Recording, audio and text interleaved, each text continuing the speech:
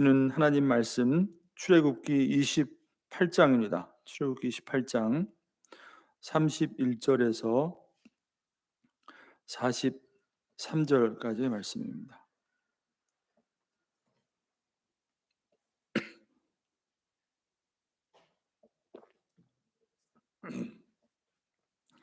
출애굽기 28장 31절에서 43절까지의 말씀.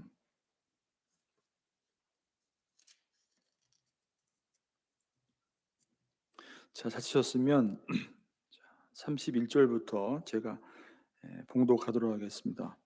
너는 에봇 받침 겉옷을 전부 청색으로 하되 두 어깨 사이에 머리 들어갈 구멍을 내고 그 주위에 갑옷 깃같이 깃을 짜서 찢어지지 않게 하고 그 옷 가장자리로 돌아가며 청색, 자색, 홍색 실로 성류를 수놓고 금방울을 금방 금방울을 간격을 두어 달되 그 옷 가장자리로 돌아가며 한 금방울 한 성류 한 금방울 한 성류가 있게 하라.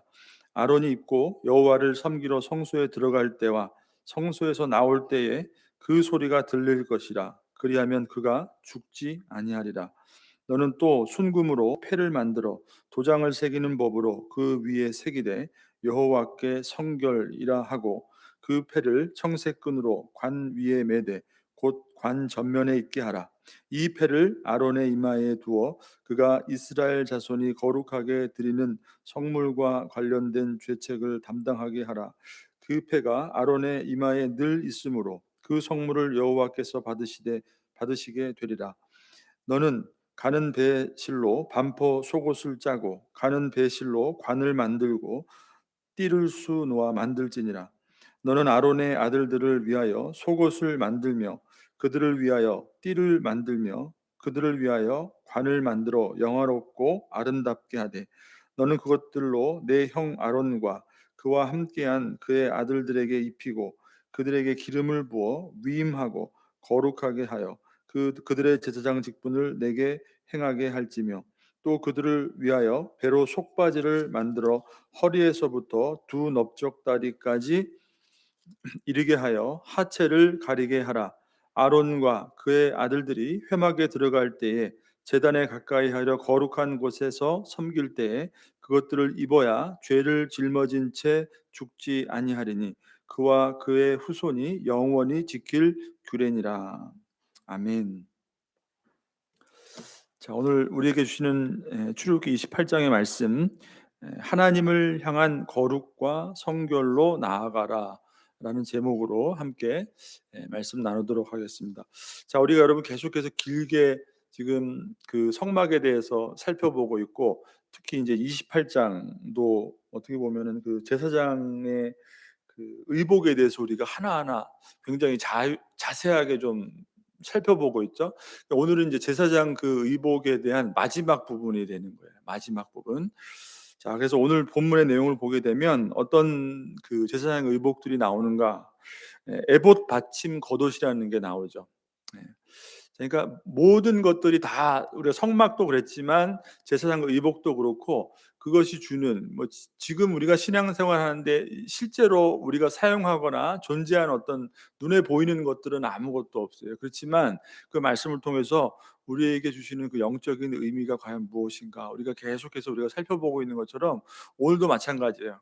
그것들을 통해서 우리 신앙생활 속에서 무엇을 우리가 영적인 교훈으로 받아들여야 되는가 그것을 한번 살펴보도록 하겠습니다. 그러니까 에봇 받침 겉옷이라는 게 나오고 그 다음에 제사장이 그 의복을 다 입고 위에다가 이렇게 관처럼 이렇게 쓰는 머리에 쓰는 모자 같은 그런 관이 있어요. 그 머리에 쓰는 관. 자, 그 다음에 에봇 받침 겉옷 그 속에 입는 속옷이라는 것과 그 다음에 또 그 속옷 안에 입는 속바지 이러한 것들에 대해서 오늘 기록하고 있는 말씀이에요.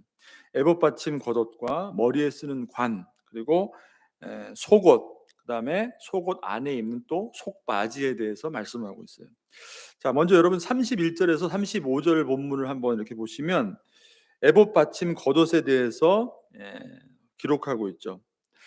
자, 우리가 지난 시간에 봤던 것은 에봇이라는 걸 봤어요. 에봇을 보고 그다음에 에봇 위에 그 우림과 둠밈을 넣어두는 판결 흉패를 이렇게 에봇 위에 걸치고 있죠.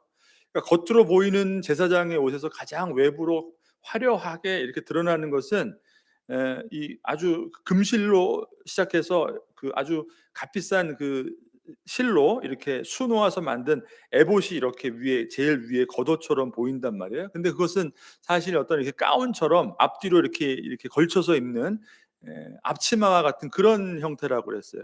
근데 사실은 오늘 에봇 받침 겉옷이라는 게 사실은 제사장의 제일 겉옷이 돼요, 사실은. 근데 대제사장은 거기다가 그 겉옷 에봇 받침 겉옷 위에다 또 무엇을 입어요? 대제사장만 거기다가 에봇을 입고 그다음에 판결 흉패를 거는 거예요. 그러니까 일반 제사장들은 무엇을 입는 게 겉옷이에요? 에봇 받침 그 겉옷이 사실은 겉옷이 되는 거예요.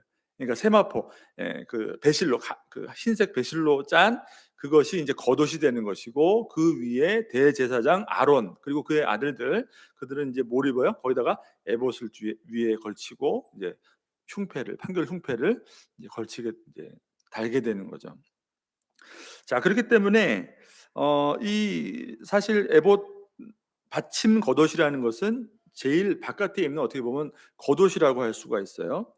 자, 근데 이 그 겉옷의 모양새가 오늘 본문에 보면은 이 무릎 밑에까지 이렇게 내려오는 이것도 어떤 그 통으로 짠 옷이에요. 들어가는 목이 들어가는 이렇게 구멍이 나 있고 그다음에 이 목이 들어가는 이 부분을 헤어지지 않도록 기수로 이렇게 정교하게 또 짜 가지고 그다음에 앞에 무릎까지 내려오는 어떻게 원피스의 모양을 하고 있는 것이 제사장의 그 에봇 받침 겉옷이라는 것이에요. 자, 근데 그중에서 인제 특징적인 것을 우리가 볼 수가 있는데 무엇이 특징적이냐면 자, 본문을 한번 보시면 그 겉옷의 맨 밑에 옷자락 있죠. 그죠? 맨 밑에 옷자락에 보면은 청색, 자색, 홍색 실로 무엇을 짜서 수놓아서 만들었다고 그랬죠? 석류를 석류의 모양을 청색, 자색, 홍색 실로 수놓아서 만들어 놓아요. 그리고 그다음에 또 하나가 있는데 하나는 금방울을 그 옷자락에 달게 돼 있어요.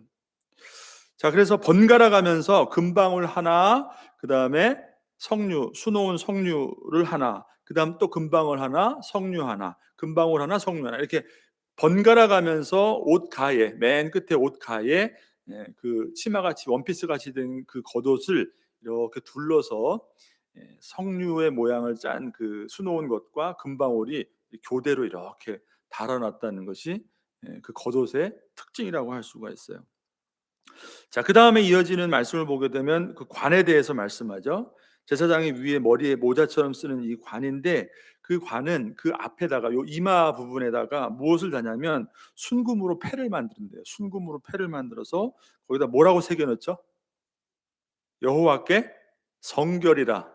여호와께 성결이라는 이 문구를 새겨서 그 관의 이 전면, 이 제사장의 이 이마 부분에다가 그것을 부착하도록 그렇게 했다는 것이에요. 자, 그다음에 인제 39절을 가 보면 그 에봇 받침 겉옷 안에 입는 속옷이죠. 그죠? 속옷. 그것을 만들고 배실로 만들고 그다음에 또 그 속에 속바지를 만들라고 그렇게 명령하고 있어요. 자, 근데 그 42 절을 한번 보시면 자, 42 절을 한번 같이 한번 읽어 볼까요? 자, 또 그들을 위하여 배로 속바지를 만들어 허리에서부터 두 넓적다리까지 이르게 하여 하체를 가리게 하라. 43절 보세요. 아론과 그의 아들들이 회막에 들어갈 때나 제단에 가까이 가여 하여 거룩한 곳에서 섬길 때에 그것들을 입어야 죄를 짊어진 채 죽지 아니하리니 그와 그의 후손이 영원히 지킬 규례니라. 그러니까 그 속바지를 입어야지 제사장이 거룩한 곳에서 하나님을 섬길 때 죽지 않는다. 이렇게 말씀하고 있는 거예요. 그러니까 우리가 그 출애굽기 19장에서도 한번 우리가 봤는데 제단법에서 이미 설명한 바가 있죠. 제단법에 보면은 하나님께서 이 제단을 이 계단을 올라가지 않도록 그렇게 만들라고 그랬어요. 왜냐하면 계단을 올라가서 이렇게 올라가다 보면 제사장의, 왜냐하면 바지가 아니란 말이에요. 이렇게 원피스처럼 이렇게 되어 있는 안에가 이렇게 보일 수 있으니까 그 하나님 앞에 거룩하지 못 불경한 것이기 때문에 제단을 올라가서 이렇게 섬기지 못하도록 그렇게 제단을 만들면 안 된다. 그렇게 제단법이 나왔단 말이에요. 그러니까 그거와 비슷한 거예요. 그러니까 속바지를 반드시 입어서 제사장의 하체가 드러나지 않도록, 안 그러면은 하나님 앞에 죽는다, 이렇게 말씀하고 있는 것이에요. 자, 우리가 오늘 이 전체적인 이 모습을 딱 보게 되면은 이제 그 모양이 그려지게 되죠. 속바지 입고 속바지에 속옷을 입고 속옷 위에 에봇 받침 겉옷을 입고 그다음에 그 겉옷 위에 뭘 입어요? 에봇을 걸치고 그다음에 판결 흉패를 걸치고 위에 모자로는 뭐예요? 여호와께 성결이라고 써 있는 그 패를 붙인 관을 이렇게 쓰는 것. 이렇게 해서 전체적인 제사장의 의복의 모습을 우리가 정리해 볼 수가 있어요. 자, 오늘 이 말씀을 통해서 우리가 무엇을 근데 보게 되느냐? 하나님 앞에서 이 성소를 섬기는 제사장의 직분이, 다시 한번 반복되는 거지만 얼마나 거룩한 직분이며 그가 섬기고 있는 그 장소가 얼마나 거룩한 곳인지, 그것을 우리에게 보여주는 것이에요. 그렇기 때문에 그렇기 때문에 제사장에 있어서 요구되어지는 것이 무엇일까라는 것을 우리에게 말씀하고 있는 거예요. 그 제사장의 의복들을 보면서 정말 제사장이 섬기고 있는 그것이 정말 거룩한 곳이고, 그렇기 때문에 제사장들에게 무엇이 요구되어지는가, 이것을 말씀하고 있다는 거예요. 자, 한번 여러분 생각해 보세요. 제사장이 하나님이 임재하시는 곳, 이 성소 안에서 성소를 섬긴다는 것이 제사장 자신에게 있어서 여러분 얼마나 거룩한 일이에요. 그죠? 여러분들이 제사장이 되어서 아무나 들어갈 수 없는 그 성소 안에 들어가면은 이 금빛으로 휘황찬란한 그 성소 안에서, 그죠? 지성소는 아무나 들어갈 수도 없는 곳이고, 그 안에 제사장이 되어서 들어가서 거기서 진설병을 가르고 분향하고, 그죠? 이런 일들을 여러분들이 섬긴다 생각해 보세요. 얼마나 제사장 자신에게서 이게 거룩한 일이겠어요. 그리고 한편으로는 그만큼 거룩하기 때문에 어떻게 했어요? 그 순간순간이 두렵고 떨리는 순간이잖아요. 그죠? 그럼 아무런 느낌 없이 그냥 하세요? 그렇지 않을 거 아니에요. 그죠? 여러분 그냥 이렇게 와서 예배 드리는 것하고 아무것도 아닌 것 같아도 와서 헌금 위원 한번 해주세요. 그러면 여러분 마음이 어때요? 뭐 그거 가지고 하면 되지, 이게 아니잖아요. 뭔가 내가 그 앞에 나가 선다는 그 자체가 나에게는 뭔가 이렇게 거룩한, 조금이라는 것이라도 하나님 앞에 선다는 그 임재 의식이 때로는 우리를 두렵게 하고 아주 떨리게 만든단 말이에요. 그러니까 제사장들이 어떻게 했겠어요, 여러분, 그죠? 그리고 잘못하면은 오늘 말씀 보면 죽는다는 거잖아요. 그만큼 하나님이 거룩하신 분이에요. 그러니까 더 나아가서는 그만큼 그 자리에 서보지 않고서는 경험하지 못하는, 제사장만이 알 수 있고 경험할 수 있는 하나님을 섬긴다는 그 기쁨이 무엇인지를 알아요, 몰라요? 알아요. 우리가 여러분 섬겨 봐야지 알 수 있는 것처럼, 섬겨 보지 모를 때는 몰랐는데 어떻게 저걸 할 수 있을까? 근데 두렵고 떨리는 마음으로 했을 때에 그 안에 두렵고 떨리기 때문에 하나님을 섬긴다는 것이 무엇인가, 그 안에 기쁨을 우리가 경험할 수 있다는 거예요. 여러분 가만히 있는 것보다, 그죠? 뭐라도 하나님을 섬긴다는 그것이 우리에게는 아무것도 아닌 것 같지만 우리에게는 아주 귀한 신앙의, 또 하나님을 경험할 수 있는, 하나님의 임재를 경험할 수 있는 좋은 경험이 된다는, 영적인 경험이 된다는 것이에요.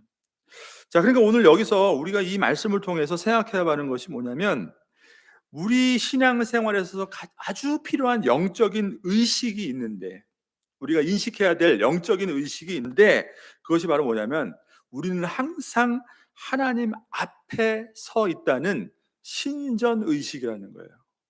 하나님 앞에 있다는 거예요. 여러분 코람데오라는 말 들어보셨죠? 하나님 앞에 서 있다는 거예요. 이게 우리의 신앙생활 하는 데 있어서 아주 중요한 영적인 의식이라는 거예요. 하나님 앞에 늘 서 있다는 하나님에 대한 그 임재 의식이 있는 것과 없는 것은 여러분 너무나 다른 것이죠. 여러분 지금 예배의 자리에 나와 있습니다. 그죠? 그리고 예배하고 있는 것은 저를 만나러 오신 거예요? 아니면 성도님을 만나러 오신 거예요? 누구를 만나러 오신 거예요? 하나님 앞에 나온 거란 말이에요. 그죠?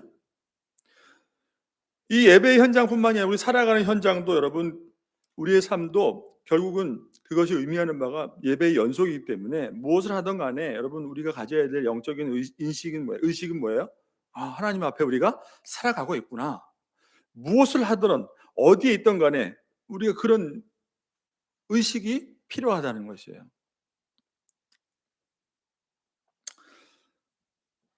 자, 근데 여러분 생각해 보세요. 근본적으로 하나님 앞에 서 있다는 사실이 우리에게 그만큼 거룩한 것이고 두렵고 떨림으로 다가오는 이유가 무엇일까요? 왜 여러분 하나님 앞에 서 있는 것, 이렇게 뭐라도 이렇게 하는 것이 왜 나에게 그 거룩한 임재 인식을 갖게 하고 두렵고 떨림으로 다가오게 될까요? 그 이유가 뭘까요? 근본적인 이유가 뭘까요? 그것은 다른 게 아니라 하나님이 거룩하신 분이기 때문에 그런 거예요. 하나님이 거룩하신 분이기 때문에. 다른 말로 하면 그 거룩하신 하나님의 그 거룩하심은 저와 여러분 같은 우리 죄인에게 있어서는 어떤 거룩함이에요? 아주 치명적인 거룩함이라는 것이에요. 제가 이 성막을 설교하면서 제가 말씀드린 적이 있죠. 하나님의 거룩하심은 치명적인 거룩함이에요. 우리 죄인들에게는. 우리가 하나님 앞에 나아갈 수 있지만 사실은 하나님 앞에 함부로 나아갈 수 있는 존재가 사실은 아니라는 거예요. 왜요? 하나님 너무나 거룩하신 분이에요. 그냥 거룩한 게 아니라 그 거룩함이 우리 죄인에게는 다가갔다가는 어떻게 해요? 죽을 수밖에. 하나님 앞에 가까이 가면 그냥 죽음이에요, 죽음. 그게 하나님의 거룩함이에요. 자, 그런데 성막이 우리에게 보여주는, 성막을 통해서 우리에게 말씀하고 있는 하나님의 은혜가 뭐예요? 그렇게 하나님 앞에 나아갈 수 없는 우리들이 치명적인 하나님의 거룩하심 앞에도 우리가 나아갈 수 있는 무엇을 받았다고요? 은혜를 받았다는 거예요. 우리가 나아갈 수 있는 은혜의 길이 열렸다는 거예요. 무엇을 통해서? 죄사를 통해서. 그것이 곧 의미하는 바가 뭐예요? 그리스도의 십자가의 그 보혈로 인해서 그 치명적인 하나님의 거룩함에 절대로 하나님 앞에 나아갈 수 없는 우리들이 하나님 앞에 나아갈 수 있는 은혜를 얻게 되었다는 거죠. 그게 바로 성막이 보여주는 중요한 의미라는 것이에요. 자, 이스라엘을 대표로 해서 대제사장은 하나님 앞에 나올 수 있도록 구별해서 선택받은, 그죠? 허락받은 사람이 대제사장이란 말이에요. 여러분, 그러니까 하나님 앞에 언제든지 아무렇게나 마음대로, 그죠? 그냥 나아갈 수 있는 거예요. 하나님이, 예, 백성들을 대표로 해서 하나님 앞에 나올 수 있는 대제사장을 선택했기 때문에 그 대제사장은 마음대로 아무렇게나 나갈 수 있는 거예요? 절대로 그렇지 않다는 것을 보여주시는 것이에요. 자, 그래서 여러분, 오늘 우리가 이 말씀을 통해서 우리의 삶 속에서, 우리의 신앙생활 속에서 한번 생각해 볼 것이 뭐냐면, 자, 여러분 보세요. 거룩한 것은 우리가 거룩하게 다루는 것이 우리에게 있어서 유익이라는 것이에요. 귀한 것을 귀하게 다룰 때 그것으로부터 우리가 무엇을 얻을 수 있어요? 유익을 얻을 수 있다는 거예요. 귀한 것인데 그냥 싸구려처럼 마음대로 사용하고 여러분 막 물건을 마음대로 쓰면 그게 어떻게 되겠어요? 그죠? 그러니까 여러분, 거룩한 것은 우리가 두려운 줄 알고 거룩하게 대하고 다루는 것이 마땅히 우리에게 유익이라는 것이에요. 영적인 유익이 우리에게 있다는 것이에요. 거룩한 것을 여러분 거룩하게 다룰 때 거기서 누릴 수 있는 기쁨이 있다는 거예요. 아까 말씀드린 것처럼. 자, 이것이 바로 오늘 우리가 생각해 볼 주제인 것이에요. 자, 그러니까 하나님을 섬긴다는 것, 그죠? 우리가 교회에 나와서 예배하고 봉사하고 교회를 섬긴다는 것 다 마찬가지인 것이에요. 그게 귀한 것이고 거룩한 것이고 두렵고 떨리는 것이 될 때, 그죠? 그것을 통한 나의 신앙생활이 두렵고 떨리는 것이 될 때 이 그 성도에게는 그게 유익인 거예요. 그 신앙생활 잘하는 것이고 신앙생활에 뭐가 있어요? 기쁨이 있고 은혜가 있는 거예요. 근데 거룩한 것을 두려워하지 않고 거룩하게 여기지 않고 내가 함부로 대한다. 그럼 그 은혜가 될 수 없는 것이죠. 기쁨이 그 안에서 누릴 수가 없는 것이죠. 자, 그러니까 오늘 본문을 말씀을 딱 보게 되면 이 제사장의 직분이 얼마나 거룩한 직분인가, 얼마나 하나님 앞에 영화롭고 이 거룩한 직분인가에 대해서 다시 한번 강조해 주고 있단 말이에요. 41절을 보세요. 41절.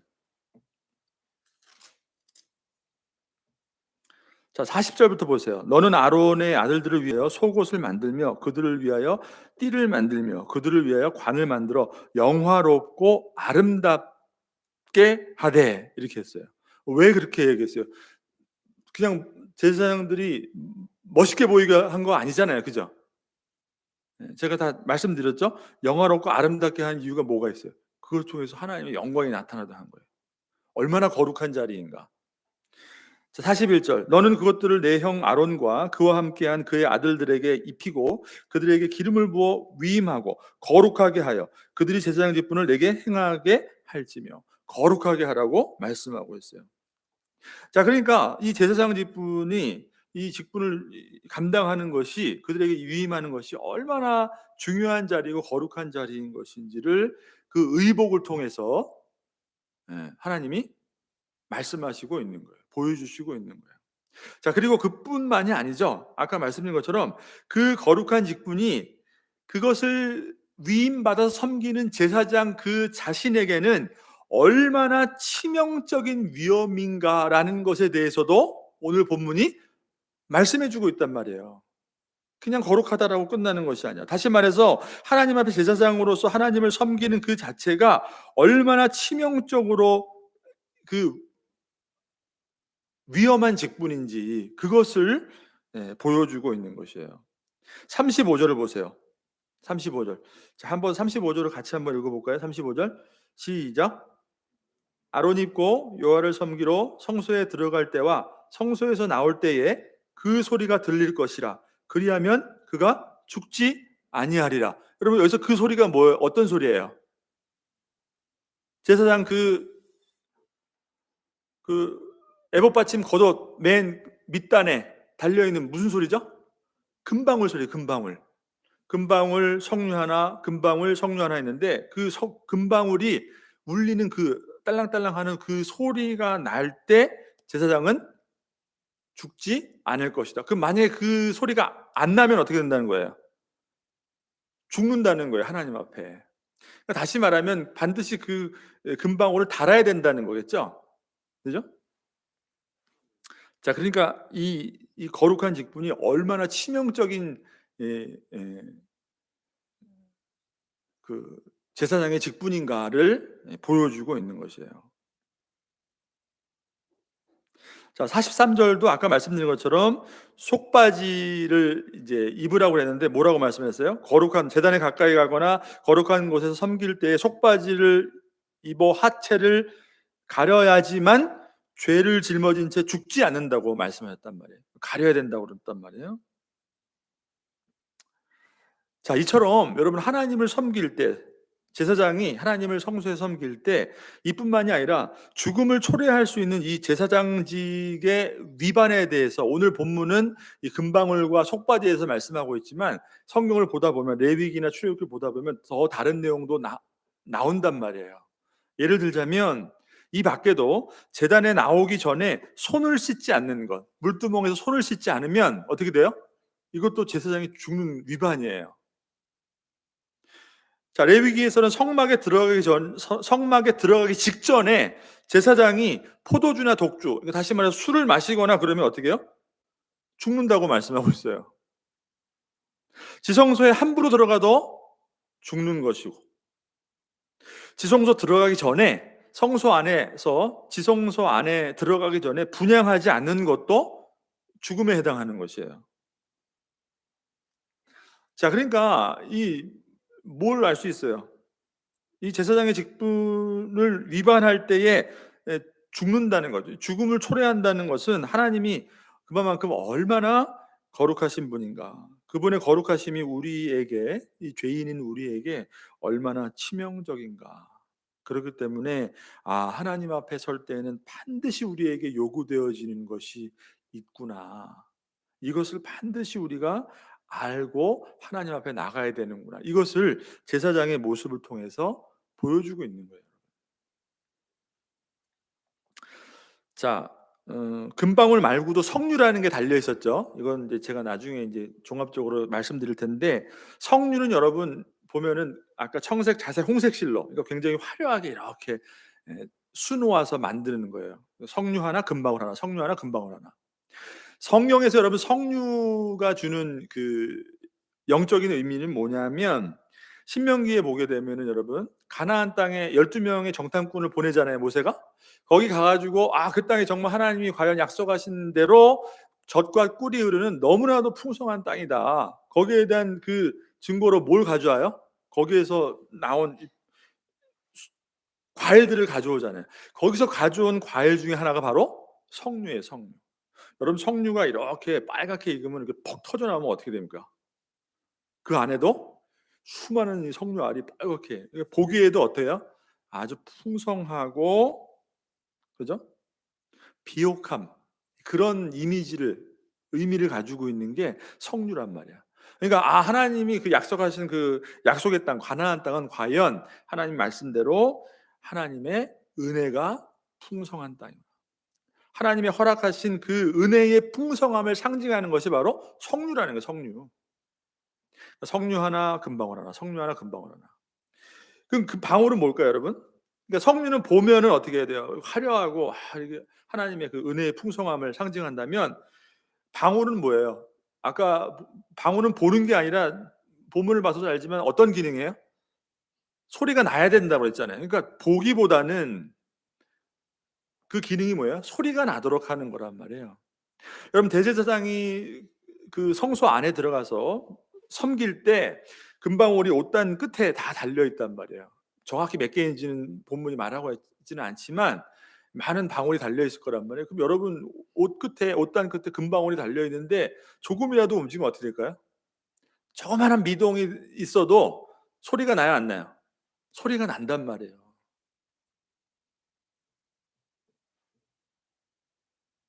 근데 하나님이 이 소리가 나지 않으면, 그러니까 금방울은 절대 장식이 아니라 그 소리가 나도록 하는 건 목적인데, 소리가 나지 않으면 제사장이 그 자리에서 죽는다는 거예요. 자, 그럼 여러분 방울 소리가 나는 게 무슨 특별한 이유가 있길래, 하나님 앞에 무슨 의미가 있길래, 방울 소리가 나는 게 어떤 이유가 있길래 그 소리 때문에 제사장이 죽고 사냔 말이에요. 그죠? 자, 여러분 방울 소리를 과연 그러면 누가 들을까 한번 생각을 해보세요. 하나님이 들으실까요? 아니면 대제사장인 아론이 들을까요? 물론 하나님도 들으시겠지만 누가 들을까요, 여러분? 누가 들어야 될까요? 자, 이것은 제사장이 지금 어느 곳에 있는지, 어떤 곳에서 무엇을 하는지 생각해 본다면, 대제사장이 지금 성소 안에 들어가서 하나님을 섬긴다는 것은 가장 거룩한 곳에 지금 있는 거란 말이에요. 세상 밖에 있다가 아무 들어올 수 없는 구별된 하나님의 임재를 상징하는 성소 안으로 들어왔단 말이에요. 거기서 섬긴단 말이에요. 자, 그렇기 때문에 거룩하고 영광스러운 하나님 앞에 지금 서는 것이기 때문에 제사장 자신에게 있어서 어떤 의미예요? 가장 거룩한 순간이고, 그리고 가장 두렵고 떨리는 순간이에요.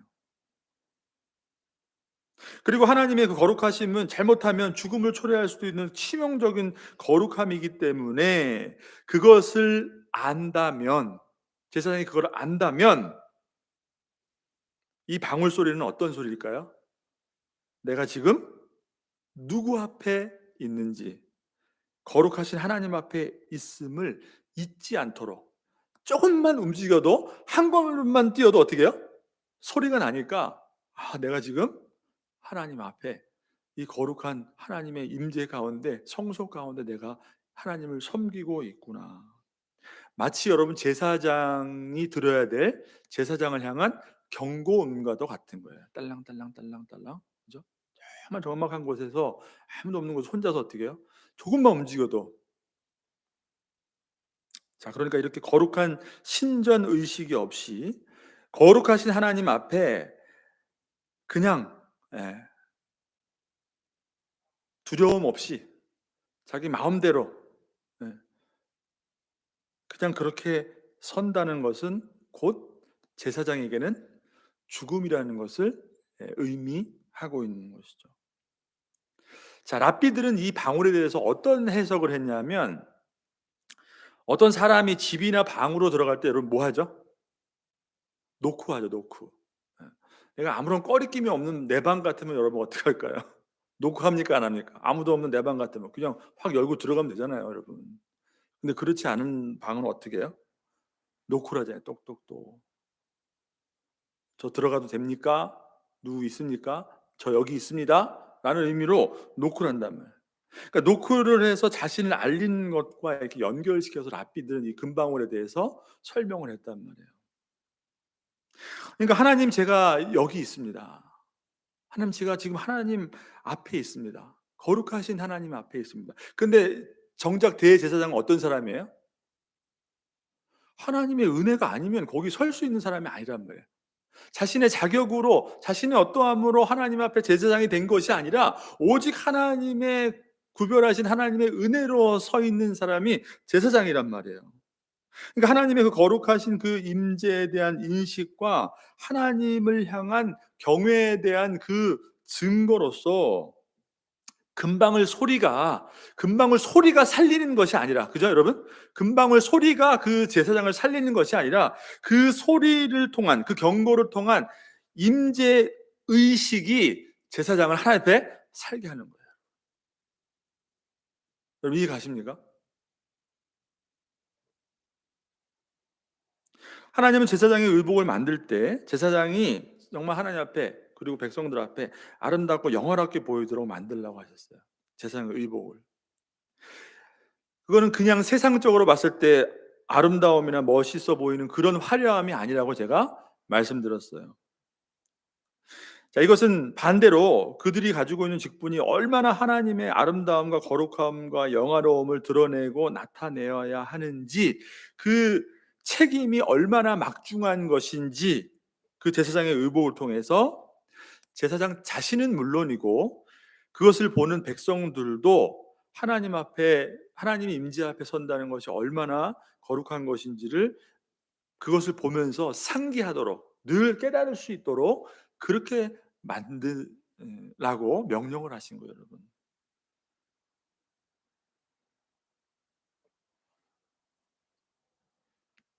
자, 그러니까 이 제사장이야말로 하나님 앞에 섬긴다는 것은 무엇을 내놓고 하나님을 섬기는 거예요? 자기 목숨을 내놓고 섬기는 거예요. 하나님 앞에 잘못하면 죽을 수도 있다는 이 두려움과 떨림으로, 그러한 어떤 영적인 위기감을 가지고 목숨을 담보로 하나님 앞에 늘 서 있는 거예요.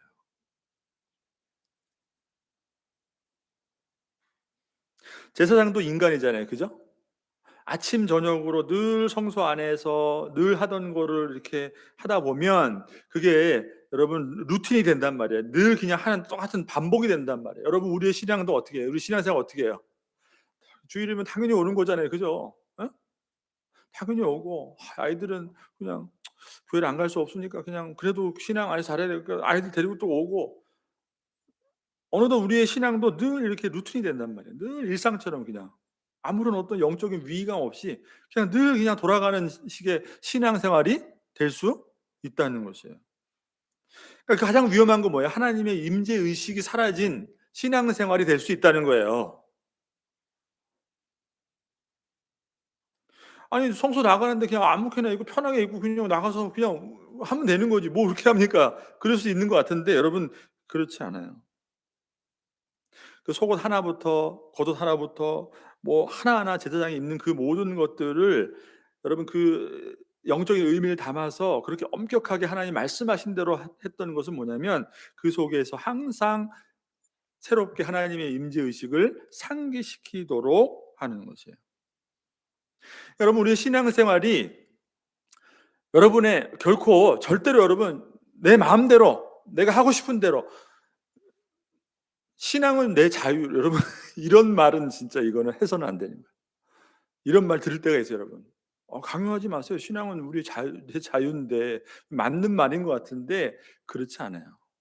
정말 하나님 앞에 우리가 음, 그 신앙의 어떤 의미를 경험하고 제사장과 똑같아요. 그것을 우리가 경험하고 기쁨을 누리기 위해서는 그 엄격한 틀 안에, 여러분 아무리 우리가 마음이 있어도 그 마음을 담아낼 수 있는 뭐가 필요해요? 구체적인 틀이 필요한 거예요, 여러분. 아마 말로만 마음을 물론 마음이 중요하죠. 중심이 중요하죠. 그렇지만 그 중심을 드러낼 수 있는 뭐가 필요해요? 틀이 필요한 거잖아요, 신앙생활에. 하나님을 마음으로 너무나 근데 그것을 증명할 수 있는 틀이 뭐예요? 그게 예배인 것이고, 그게 섬김이 될 수 있는 것이고, 하나님 앞에 물질이 될 수 있는 모든 것이 다 그렇게 되는 거예요, 여러분. 그것이 없이는 안 되는 것이에요. 그러니까 좋은 내용을 담을 수 있는 틀이 필요해요. 왜냐? 우리는 여러분 죄인이란 말이에요. 그러니까 그런 것이 없이 내가 충분히 내 마음대로 절대로 그렇지 않아요. 우리의 신앙이 형식이 되어지면 안 되겠죠. 그죠? 그렇지만 거룩한 형식 안에, 이 틀 안에 우리의 마음을 이렇게, 그죠? 담아내는 그런 훈련이 여러분 필요할까요? 안 필요할까요? 필요한 것입니다. 그게 필요한 것이에요. 자, 그래서 제사장은 여호와께 성결이라는 이 패를 여러분 여기다 이마에다가 딱 썼어요. 네. 안 그래도 거룩해야 되는데 여기다가 또 이 글씨로 여호와께 성결 이렇게 써서 붙이라는 거예요.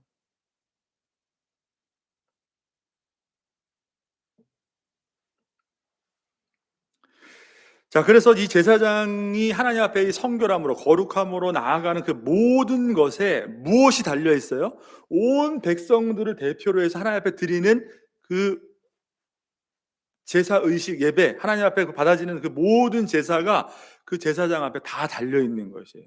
그렇기 때문에 하나님이 그토록 중요하게 여기셨다는 거예요. 여러분, 이마에 붙였다는 것은 이건 굉장히 중요한 것이에요. 요한계시록에도 보면 여러분 이마에다가 나중에는 뭘 한다 그러죠? 표를 한다고 그러잖아요. 이마에 여러분 표를 한다는 것은 그 사람이 과연 어떤 사람인가, 그죠? 그것을 표한다는 그 히브리식 표현이라면, 그 중요한 의미라면 이마에 표를 한다. 여러분 신명기 8장에 보면 하나님께서 뭐라 말씀하셨어요? 너는 마음을 다하고 뜻을 다하여 힘을 다하여 내 하나님 여호와를 사랑하라 그랬는데, 사랑하라 그러고 끝나는 게 아니에요. 어떻게 하라고 그랬어요? 마음에 새기고, 그 다음에 자녀에게 부지런히 가르치고, 앉아 있을 때든지 길에 갈 때든지 누워 있을 때든지 일어날 때든지 이 말씀을 강론할 것이며, 그다음에 그것을 내 손목에 메어서 기호로 삼고, 그다음에 내 미간에 붙여서 표로 삼으라고 했단 말이에요. 신명기 8장 8절에 보시면 이렇게 나와요. 5, 6, 7, 8절인가 보면 나와요. 이마에 여러분 미간에 붙여서 표로 삼으래요. 여러분 하나님의 말씀을 어떻게 그러면 이마에다 붙이라는 건 무슨 의미예요? 무슨 의미일까요? 말씀을 이마에다 붙이라는 소리인데 어떻게 말씀을 이마에다 붙여요? 그것이 여러분의 살아가는 삶의 기준이 되고 삶의 내용이 되어서 말씀대로 살아가는 너에 대한 중요한 표가 되게 하라는 것이 미간에다가 붙이라는 거예요, 여러분. 그것을 의미하고요. 그러니까 여호와께 성결이라는 것을 이마에 딱 붙이는 것은 뭐예요?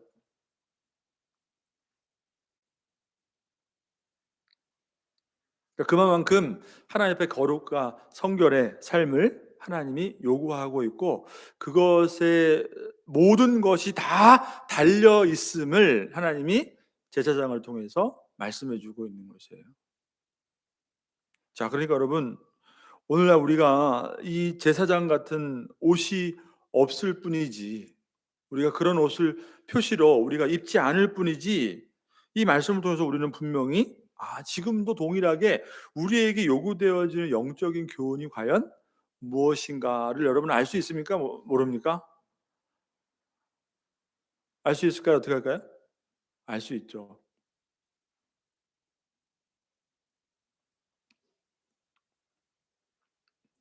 자, 우리에게도 여러분 눈에 보이는 입을 옷은 없어요.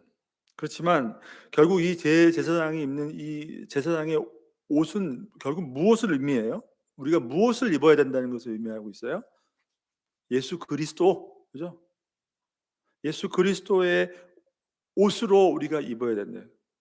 하나님 앞에 나아갈 수 없는 우리들이 하나님 앞에 서고 하나님을 섬기고 하나님 앞에 나아갈 수 있는 모든 그 통로가 그리스도로 옷을 입지 않으면, 자 지난 시간부터 계속해서 대제사장 되시고 우리의 영원한 중보자 되시는 예수 그리스도를 통해서 말씀하신 그 내용이죠. 그리스도가 아니고서는, 그리스도로 옷 입지 않고서는 우리가 절대로 하나님 앞에 설 수가 없다는 거죠. 자, 성경은 우리가 예수 그리스도와 연합함으로 구원을 얻어 하나님과 하나 되어서 하나님과 함께 거할 수 있게 된 그 은혜를 우리가 그리스도로 옷 입었기 때문이다라고 말씀하고 있어요. 갈라디아서 3장 26절에서 27절 말씀을 보면 너희가 다 믿음으로 말미암아 그리스도 예수 안에서 하나님의 아들이 되었으니 누구든지 그리스도와 합하기 위하여 세례를 받은 자는 그리스도로 옷 입었느니라라고 말씀한다. 구원은 우리의 죄의 문제가 해결된 것인데, 그죠? 그리스도께서 우리의 죄를 덮어주신 것이에요. 우리의 의로는 우리가 아무리 거룩하고 하나님 앞에 아무리 노력을 해도 우리의 의로는 하나님 앞에 절대로 설 수가 없는데, 우리가 하나님 앞에 설 수 있는 것은 오직 그리스도께서 우리의 죄를 그분의 의로 덮어주셨기 때문에 우리가 하나님 앞에 나아갈 수 있는 거죠. 그것을 그리스도로 옷 입었다. 또 다른 말로 얘기하면 그리스도와 우리가 연합하였다라고 말하는 것이에요. 자, 그러니까 지금까지 제사장 의복을 통해서 여러 번 말씀드렸지만 우리는 그리스도와 뗄래야 뗄 수가 없는 존재는 우리의 모든 삶의 영역에서 그리스도가 아니면 하나님의 보좌 앞에 나아갈, 여러분 이 예배의 순간도 마찬가지인 것입니다. 그리스도가 아니면 하나님의 보좌 앞에 나아갈 수 없는 것이고 때를 따라 우리를 도우시는 하나님의 은혜 앞에 우리가 가까이 갈 수가 없는 것이에요. 그러니까 반드시 그리스도를 붙들지 않으면 안 된다는 것이, 이게 우리에게 주는 아주 중요한 첫 번째 영적인 교훈이라고 할 수가 있어요. 그럼 두 번째 뭘까요? 우리가 똑같이 제사장이 그랬던 것처럼 하나님 앞에 항상 어떻게 하라는 거예요? 두렵고 떨리는 마음으로, 그런 마음으로, 준비된 마음으로 서는, 하나님 앞에 거룩한 그 임재에 대한 영적인 의식, 신전 의식, 이것이 우리의 신앙생활 가운데, 우리의 영적인 삶 가운데 반드시 필요하다는 것입니다. 여러분 성경에 나타나 있는 하나님의 거룩하심, 하나님의 임재는 여러분 우리가 구약 성경을 보더라도 알 수 있죠. 굉장히 두렵고 무서워요. 하나님이 무서운 분이란 말이에요. 죄에 대한 하나님의 반응과 하나님의 죄에 대한 이 진노를 성경을 통해서 보면 아주 여러분 즉각적이에요. 그 자리에서 제사장이 그랬던 것처럼 아주 즉각적이고 아주 때로는 막 초자연적으로 하나님이 역사하신단 말이에요. 그렇기 때문에 하나님은 정말 두려운 분이란 말이에요. 구약을 통해서 우리가 본 하나님은.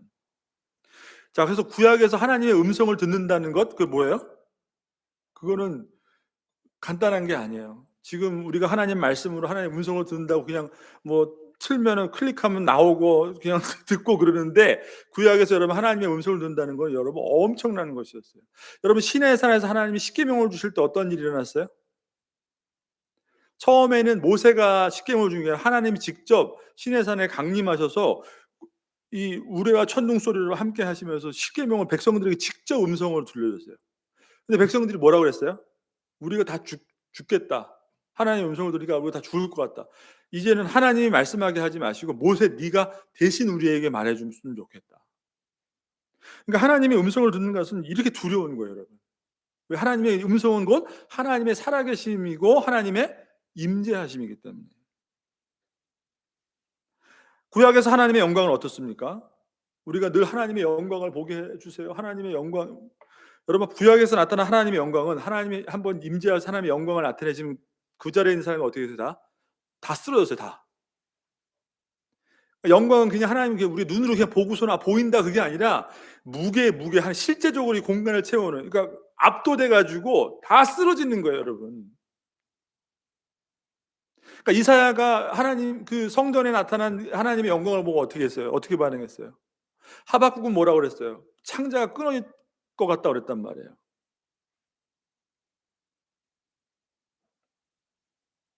자, 근데 여러분 중요한 것이 하나님이 시내산에서 그렇게 십계명을 주실 때, 하나님이 직접 음성을 통해서 십계명을 주실 때 모세를 통해서 주신 말씀이 있어요.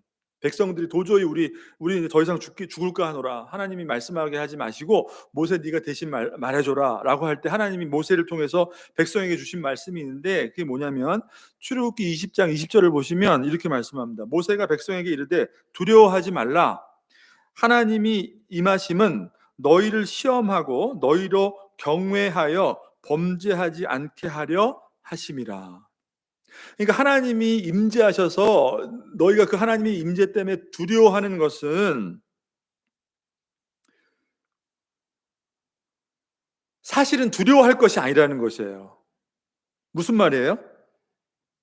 이거 다른 말로 해석을 하면 오히려 너희를 시험하고 너희로 경외하여 하나님을 경외하게 하여 범죄하지 않게 하려는 하나님의 선하신 의도라는 거예요. 그 말은 뭐예요? 마땅히 두려워해야 될 하나님을 두려워하는 것이 너희에게 영적인 유익이라는 거예요. 하나님의 그 두려운 임재 앞에 두렵고 떨린다는 것은 그만큼 하나님이 누군지를 경험하고 경외하게 하여서 하나님 앞에 뭐 하지 않게 한다고요? 범죄하지 않게 한다는 거예요. 여러분, 아빠 무서운지 모르는 아기가 와서 막 까불고 장난하다가 한번 확 화내면은 그때서야 무서운 줄 알고서는 그런 것처럼 하나님의 두려움은 여러분 백성들에게 영적인 유익이라는 것을 말씀해 주고 있는 거예요. 그러니까 두려워할 필요가 없다는 것이에요. 자, 아까 말씀드린 것처럼 마땅히 두려워할 분을 우리가 두려워하게 될 때 거기서 오는 영적인 기쁨이 있다는 거예요. 거기에 영적인 능력이 나타나기 시작한다는 것이에요. 여러분, 거룩한 것이 되지 않는데 우리 성도의 삶에 하나님의 은혜가 나타나지 않는 것이죠. 우리의 신앙이 병들고 타락하기 시작하는 것은 다른 이유가 아니라 하나님이 더 이상 이제 어떻게 해요? 더 이상 두려운 존재로 나에게 다가오지 않기 때문이라는 것이에요. 하나님의 거룩한 임재가 나의 삶 가운데 점점 사라지기 때문이라는 것입니다. 자, 그래서 하나님 앞에서의 이 성도의 경건은 우리 영적인 삶에 여러분 유익이 되는 줄 믿으시길 바랍니다. 예배를 하되 그냥 예배를 하는 것이 아니라 우리 어떻게 예배드리냐 그 태도는 예배를 드린다는 것 자체가 아니라 우리가 어떤 자세로 어떤 마음으로 예배를 드린다는 것은 그것이 바로 경건의 한 부분이에요. 하나님의 말씀을 듣고 늘 하나님의 말씀을 보고 그저 읽고 듣는데 그것이 정말 나에게 하나님이 살아계셔 나에게 말씀하시는 두려운 말씀으로 들려오는 것, 그렇게 듣는 것이 그것이 바로 성도가 가져야 될 하나님의 말씀 앞에 경건의 태도인 것이죠. 어디서 무엇을 하더라도 하나님 우리와 함께 한다는 그 경건의 의식이 우리로부터 하나님 주시는 은혜를 받을 수 있는 이건 굉장한 중요한 통로가 된다는 것이에요. 자, 그렇기 때문에 여러분 오늘 말씀은 분명하죠. 우리에게 경고하시고 주시는 말씀이 뭐겠어요? 하나님 앞에 두렵고 떨리는 마음으로 마땅한 경외감으로 우리가 준비하지 않으면 안 된다는 것을 우리에게 말씀해 주고 있는 거예요. 제사장도 인간인 것처럼 여러분 저희들도 마찬가지잖아요. 그죠? 자, 근데 여러분 지금 우리가 살아가고 있는 이 시대는 어떻게 보면 하나님 앞에 이 두렵고 떨림으로 하나님을 경외하는 이런 어떤 하나님에 대한 그 임재 인식이 많이 여러분 이렇게 사라지고 이렇게 희석이 된 시대를 살아가고 있는 것이 여러분 사실이에요, 사실. 교회가 정말 하나님의 말씀을 듣고 그죠? 하나님이 주시는 그 말씀대로 그 말씀이 우리의 삶을 어 주관하고 우리의 삶에 권고하고 우리의 삶의 기준이 되고 그죠? 하나님이 두려운 대상이 아니라 여러분 바뀌었어요, 어떻게 보면. 성도가 더 무서운 신앙생활이에요, 요즘에는. 여러분 사실 그건 우리에게 유익이 되지 않는다는 것입니다, 여러분. 구약 시대에는 여러분 그 자리에서 제사장도 그 자리에서 죽었다고 그랬어요. 여러분 우리가 그런 일이 요즘에 있나요? 물론 하나님이 그렇게 못 하신다는 게 아니라, 왜냐? 우리는 이미 우리의 죄의 문제가, 하나님의 진노의 문제가 이미 그리스도의 십자가에서 모든 것을 다 이루신 은혜의 시대를 우리는 살아가고 있기 때문에, 여러분 내 마음대로 교회 다니고, 그죠? 때로는 하나님 교회 나와서 불경한 어떤 행동을 하고 믿음의 어떤 삶을 살지 않고, 여러분 그래도 아무런 문제가 없어요. 구약에 나온 것처럼 그 자리에서 죽거나 그런 일이 없단 말이에요, 절대로. 최종 심판은 다만 최종으로 유보됐기 때문이에요, 여러분. 마지막으로 유보됐기 때문에. 예배 안 나와도 죽지 않습니다. 술 먹고 나와도 죽지 않아요. 담배 피우고 나와도 죽지 않아요. 그뿐만이 아니에요. 거룩한 예배 시간에 우리가 하나님 앞에 우리의 마음 온전히 드리지 않고 더럽고 추악한 생각으로 나의 욕망에 사로잡혀 근심하고 걱정하고 예배 자리에 나와 있어도 전혀 문제가 없어요. 12시 땡치면 예배 끝나잖아요. 그죠? 그럼 우리에게 무슨 의미예요?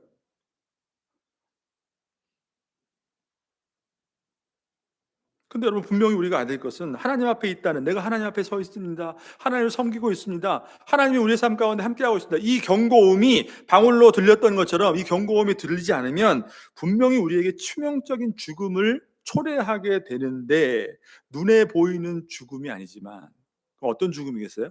성도의 영혼의 죽음이죠. 죽음. 여러분 이것은 어떻게 보면 눈앞에 죽는 것보다 더 무서운 죽음일 수가 있다는 거죠. 우리 영혼이 살았는데, 그리스도의 십자가로 인해서 저와 여러분의 영혼이 살았는데 잠시 잠깐 잠든 것인지, 아니면 아직 살아나지도 않았는데 내가 살은 줄 알고 교회는 그냥 막연히 다니고 있는 것인지, 이거는 마지막에 주님 앞에 가봐야 하는 것이에요, 여러분. 근데 여러분 성도의 영혼이 죽었는데 어디서 우리가 은혜를 받아요? 어디서 우리가 능력을 받고 어디서 우리가 그 기쁨을 누려요? 가뜩이나 살기 힘들고 여러 가지 문제 많잖아요, 그죠?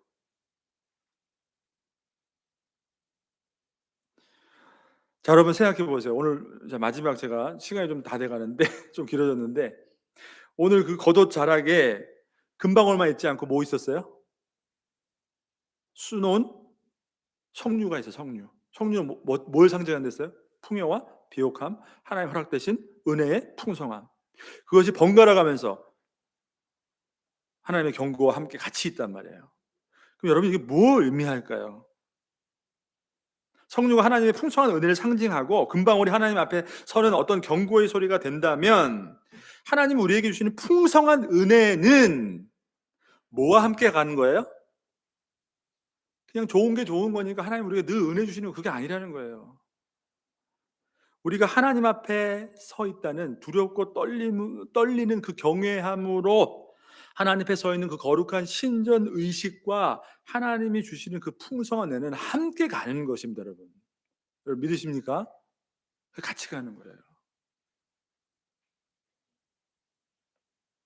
그러니까 우리는 지금 정말 하나님 앞에 두려움이라는 이 경외함이 많이 사라진 시대를 살아가고 있어요. 우리에게도 분명히 하나님이 우리에게 듣기를 원하시는, 무엇을 하더라도 어디 있더라도 이 교회를 바라볼 때에도, 교회 안에 섬길 때에도 나에게 주시는, 내가 지금 하나님 앞에 있구나, 내가 하나님을 섬기고 있구나, 여러분 그것을 깨닫게 해주는 그 금방울 소리가 우리에게도 있단 말이에요, 여러분. 근데 여러분 그것을 듣지 못하면 어떻게 해요? 우리에게도 치명적인 것입니다. 여러분 하나님 앞에 나올 때 우리가 죄인인 것은 당연해요. 하나님 앞에 우리가 죄인인 것은 당연한 것이에요.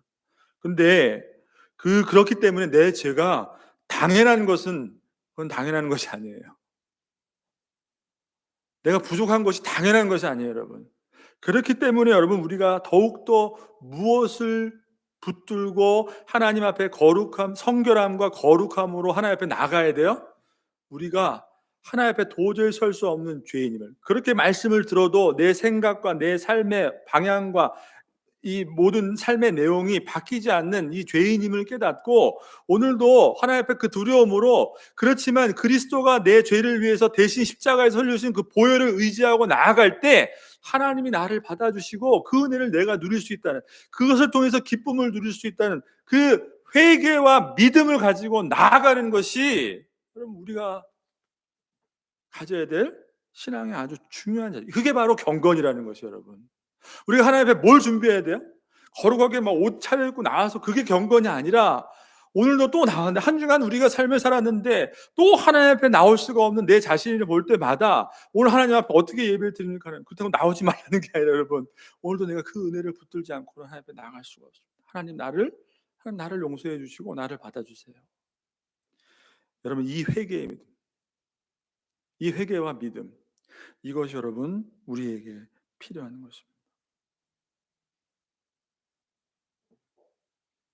여러분 이 코로나를 통해서 여러분 우리가 한 몇 주가 됐습니까? 벌써 2달 가까이 됐어요. 예배를 같이 모여서 음, 전쟁이 났을 때도 주일에 이런 일이 없었다고 그렇게들 말씀들 하세요, 목사님들이. 이런 일이 없었다고. 우리에게는 어떻게 보면 굉장히 중요한 시간이라고 생각을 해요. 많은 것을 생각하게 하고 깨닫게 하고 돌아보게 하는 시간이에요. 여러분 집에서 예배 드리니까 어떠세요? 그죠? 이게 쉽지 않단 말이에요.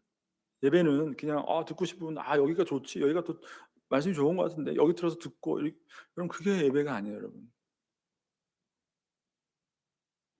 앉아서 아무리 여러분 드리려고 해도 이게 잘 되던가요? 쉽지 않죠. 그러니까 이 시간을 통해서 하나님이 우리에게 무엇을 깨닫게 하시는가? 그만큼 우리의 예배가, 이런 생각을 해봐야 돼요. 정말 하나님 앞에 하나님이 받아주시는, 정말 하나님 앞에 거룩함과 성결로 준비되어서 하나님 앞에 나아가는 예배인가? 그죠? 정말로 하나님 앞에 우리가 무엇을 준비하고 나아가, 정말 회개와 믿음으로 하나님의 그 주시는 그 은혜를 붙들기 위해서, 그리스도가 아니면 내가 도저히 설 수 없는 그 은혜를 붙들며 하나님 앞에 나오는 그런 예배였는 거예요. 그런 중심이 있었는가? 없었다는 거예요. 잘. 우리도 어느새 루틴이 된 거예요. 늘, 저도 마찬가지로 늘 여기 쓰니까 늘 하게 되고 늘 반복하게 되고. 그러니까 오죽했으면 여러분, 목사님들 그런 소리 해요. 오죽했으면 전 세계적으로 예배당 문이 다 닫힐 정도로. 그러니까 이거는 그냥, 물론 겉으로는 코로나지만 그게 단순히 그게 아니라는 거지. 그죠? 얼마나 그랬으면. 그리고 반대는 또 뭐예요? 하나의 긍정적인 또 우리에게 좋은 의미 있는 시간이었던 것은, 그러니까 예배가 참 소중하구나. 여러분 그거 느끼셨습니까? 느끼신 줄 믿습니다. 예. 교회 나가야 되겠구나. 근데 여러분 생각해 보세요. 자기의 정말 마음대로, 그죠? 되는 대로 그게 어떻게 되겠냐고요. 눈앞에서 우리가 떨어져 나가 죽지 않았을 뿐이지, 여러분 죽는 거란 말이에요, 죽는 거. 다시 한번 이 말씀을 통해서 음, 우리의 모습이 다시 한번 하나님 앞에 선명하게 보이는 그런 은혜를 하나님이 주실 줄 믿습니다. 그래서 여러분 오늘부터 또 방송 예배로 이렇게 또 현장 예배로 같이 우리가 하게 됐는데, 빨리 더 이 상황이 더 호전되고 또 우리나라뿐만 아니라 전 세계적으로 우리 같이 한번 기도해서 코로나 위기로부터 벗어나고 다시 우리 예배가 살아나고 성도님들 삶이 살아나고 그 가운데 하나님의 능력을 경험하고 기쁨을 경험하고 이런 살아있는 신앙으로 하나님 앞에 예배로 다시 돌이키고 회복할 수 있는 저와 여러분 되시기를 주님의 이름으로 축복합니다. 기도하겠습니다.